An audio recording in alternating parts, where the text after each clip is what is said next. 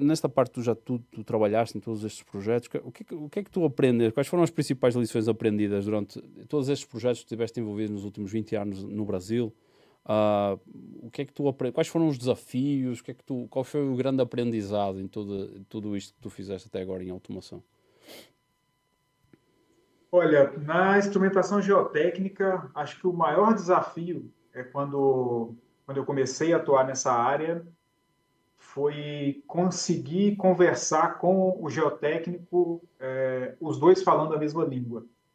Porque é muito diferente para o profissional de instrumentação de automação que trabalha na indústria Sim.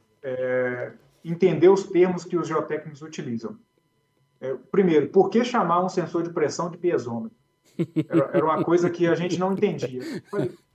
Por que não utilizar as nomenclaturas, né, as normas de tagueamento que a ISA define, né, que a Sociedade de Automação Internacional? Uhum.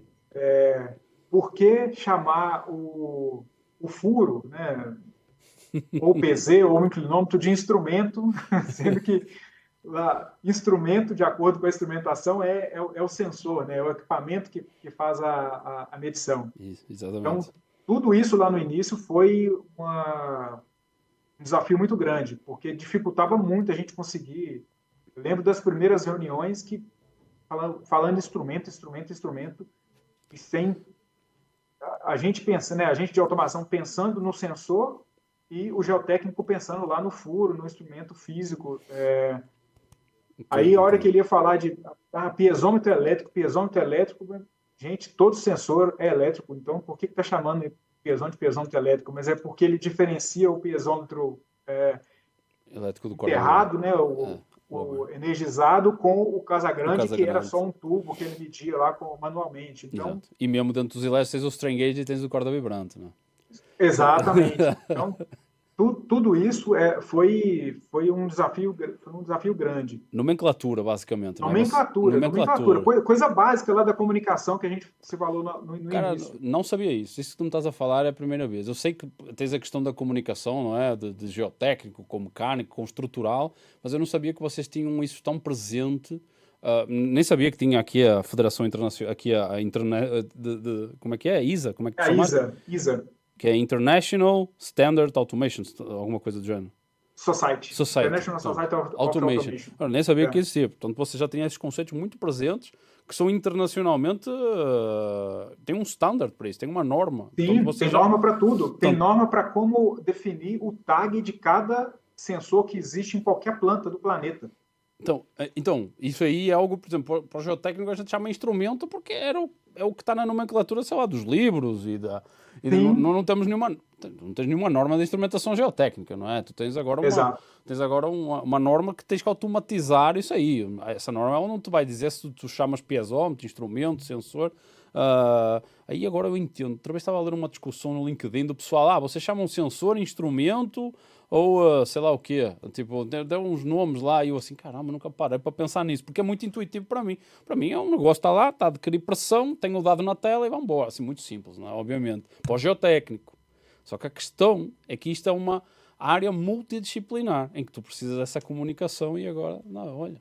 Exatamente. Agora...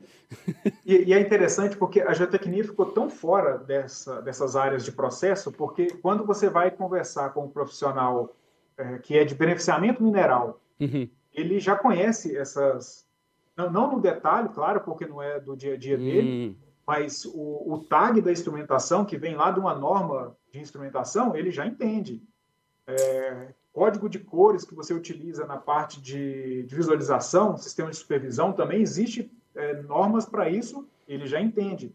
Agora, na geotecnia, como nunca existiu essa relação entre o profissional de instrumentação e automação com o geotécnico, isso nunca foi do dia a dia do geotécnico. Então, eu quero colocar a cor lá do símbolo do instrumento no software de visualização de vermelho. Vermelho lá nas normas de instrumentação significa que você tem algum defeito naquele sensor.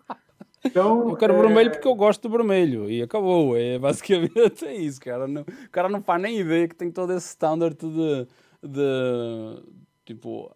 Cara, muito interessante. Eu não sabia disso, Leonardo. Isso está-me a contar pela primeira vez. Aí agora faz muito sentido essa questão de não só do desafio da comunicação, mas não é um desafio de comunicação porque vocês trabalhavam assim e trabalham assim porque vocês têm umas normas que vocês seguem. O exato. geotécnico trabalha assim porque, tipo, porque gosta, né? Tipo, porque é um natural para ele e parece ser mais intuitivo. Não porque tem uma norma que diga que tem que ser feito de uma determinada maneira. Portanto, é muito, isso que tu estás a revelar aqui, muito, eu não sabia, muito interessante isso. E estavas desenvolvendo, estava a falar desse desafio, mas continua.